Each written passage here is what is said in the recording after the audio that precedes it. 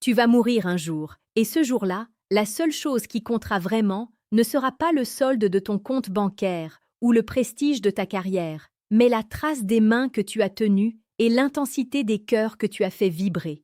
La vérité est brutale. La plupart des hommes d'un certain âge ne vivent pas l'amour, ils le subissent ou ils s'en accommodent. Ils ont accepté la médiocrité, le silence pesant des repas sans passion et le déclin d'un désir qu'ils croient inévitable. Mais tu n'es pas la plupart des hommes. Si tu es ici, c'est que tu sens encore cette flamme, ce besoin de comprendre les mécanismes profonds qui lient deux âmes et deux corps. Comme le disait si sagement Marc Aurèle, la qualité de ta vie dépend de la qualité de tes pensées. Aujourd'hui, je vais te montrer comment changer tes pensées pour transformer radicalement ta réalité sentimentale et charnelle. Avant d'entrer dans le vif du sujet, si tu sens que ton intimité a besoin d'un second souffle, d'une puissance que tu pensais perdue, je t'invite à consulter le 3e lien en description pour télécharger ton exemplaire du manuel sexuel du stoïcien impitoyable. C'est le premier pas vers une maîtrise que peu d'hommes osent revendiquer. L'amour n'est pas un accident. Ce n'est pas quelque chose qui nous tombe dessus par chance, comme une pluie soudaine en plein été. La psychologie nous enseigne que l'attraction est une science, une résonance entre deux psychés qui se cherchent. Pour un homme d'un certain âge, l'enjeu n'est plus de jouer à des jeux d'adolescents, mais d'incarner une présence. Une présence si forte, si stable,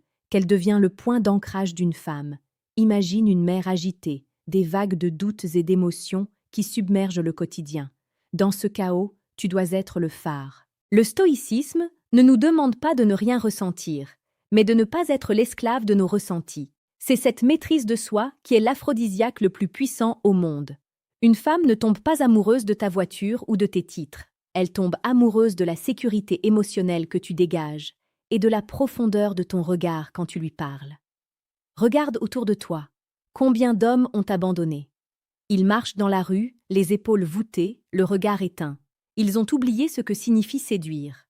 La séduction n'est pas une manipulation, c'est une célébration de l'autre. C'est l'art de voir chez une femme ce que personne d'autre ne voit. C'est savoir déceler la petite étincelle de vulnérabilité derrière son armure de femme forte. La psychologie de l'amour à maturité repose sur l'appréciation du détail. Un compliment sur son intelligence, sur la façon dont elle gère une situation complexe, a souvent 1000 fois plus de poids qu'un commentaire sur son physique. Pourquoi? Parce que cela prouve que tu es attentif, que tu es présent, que tu es un homme qui voit au-delà de la surface. Mais pour voir l'autre, il faut d'abord se voir soi-même. Tu ne peux pas offrir une coupe pleine si la tienne est vide. Le stoïcisme nous apprend l'autosuffisance. Un homme qui a besoin d'une femme pour être heureux est un homme faible. Un homme qui choisit une femme pour partager son bonheur déjà existant est un homme irrésistible.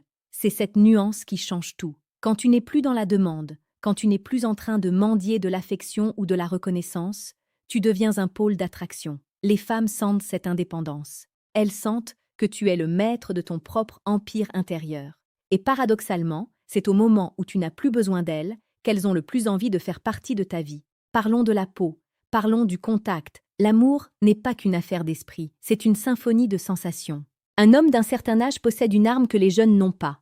Le rythme. Il sait que la précipitation est l'ennemi du plaisir. Il sait que chaque caresse, chaque effleurement doit être chargé d'une intention. Quand tu touches une femme, fais-le comme si c'était la chose la plus importante au monde à cet instant précis. Sois dans le moment présent, totalement. La psychologie du désir montre que l'anticipation est souvent plus puissante que l'acte lui-même. Apprends à faire monter la tension, à utiliser le silence, à utiliser l'absence. Si tu es toujours là, toujours disponible, tu deviens un meuble. Si tu es rare, si ta présence est un cadeau, tu deviens un trésor. À ce stade de ta réflexion, tu commences peut-être à comprendre que la séduction est une discipline de l'esprit autant que du corps. Pour aller plus loin dans cette quête de virilité consciente et maîtrisée, je te suggère de cliquer sur le 2e lien en description pour obtenir le manuel brutal du séducteur stoïque. C'est une lecture qui ne te laissera pas indemne, mais qui reconstruira les fondations de ton pouvoir d'attraction. N'oublie jamais que le temps est ton allié, pas ton ennemi. Chaque ride au coin de tes yeux raconte une histoire de résilience. Chaque cicatrice est une preuve que tu as survécu. Les femmes ne cherchent pas un miroir de leur propre jeunesse. Elles cherchent une profondeur, une sagesse, une force tranquille. Elles cherchent un homme qui sait où il va, même quand le chemin est sombre.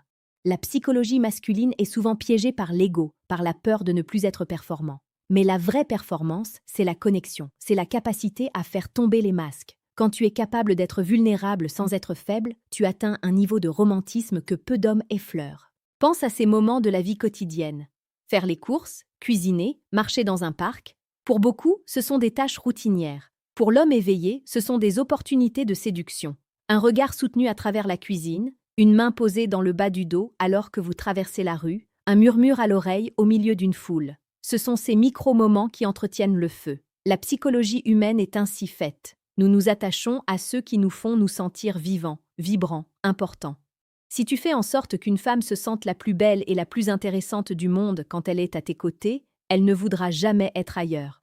Mais attention, être romantique ne signifie pas être paillasson. Le stoïcien sait dire non.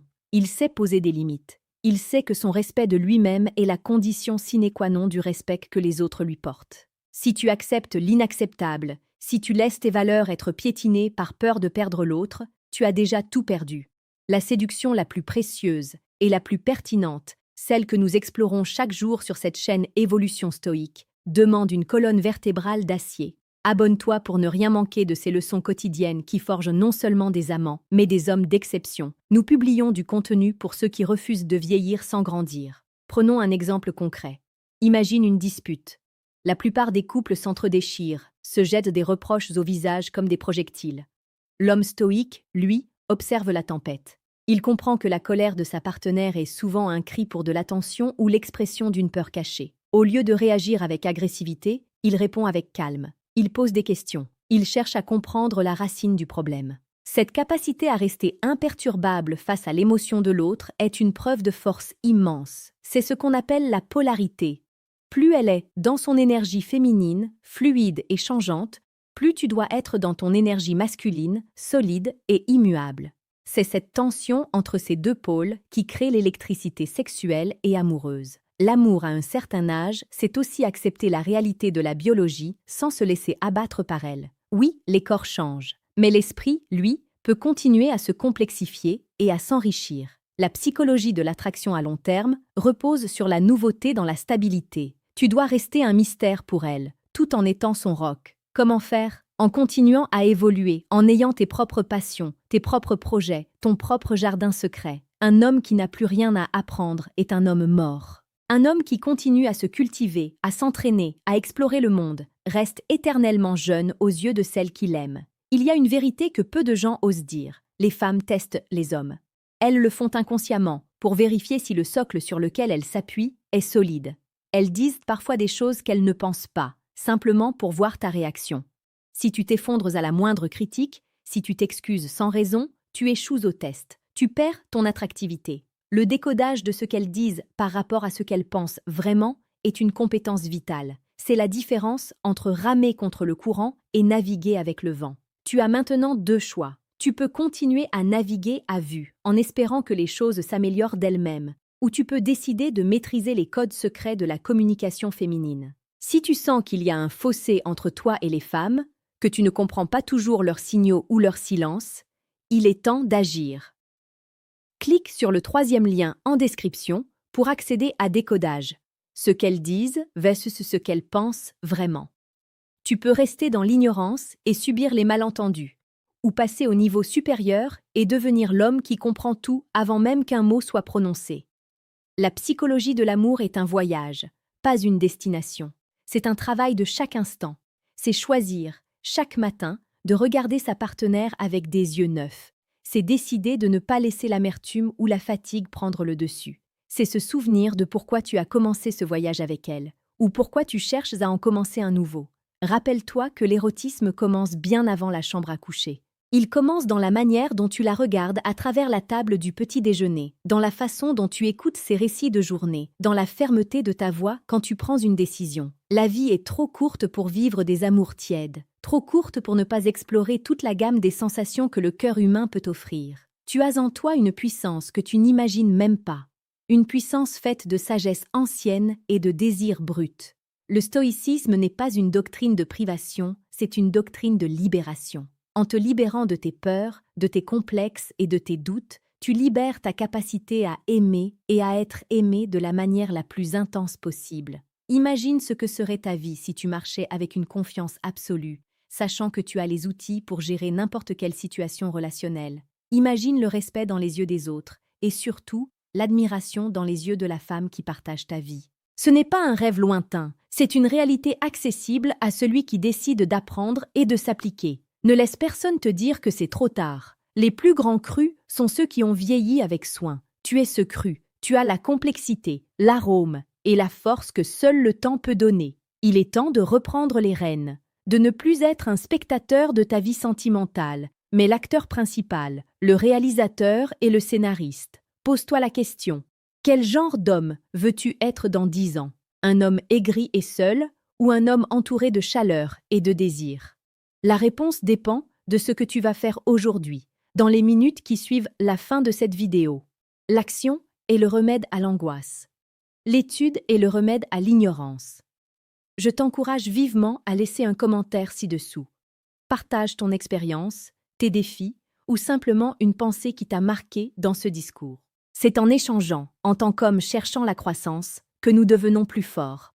Ton commentaire pourrait être l'étincelle qui aide un autre frère à se relever. N'oublie pas de rejoindre notre communauté Évolution Stoïque pour recevoir ton rappel quotidien de grandeur. Nous sommes ici pour construire une nouvelle vision de la masculinité. Une vision où la force rime avec la sensibilité, où le calme rime avec la passion, et où chaque homme d'un certain âge retrouve son trône. Pour conclure, garde en tête cette idée.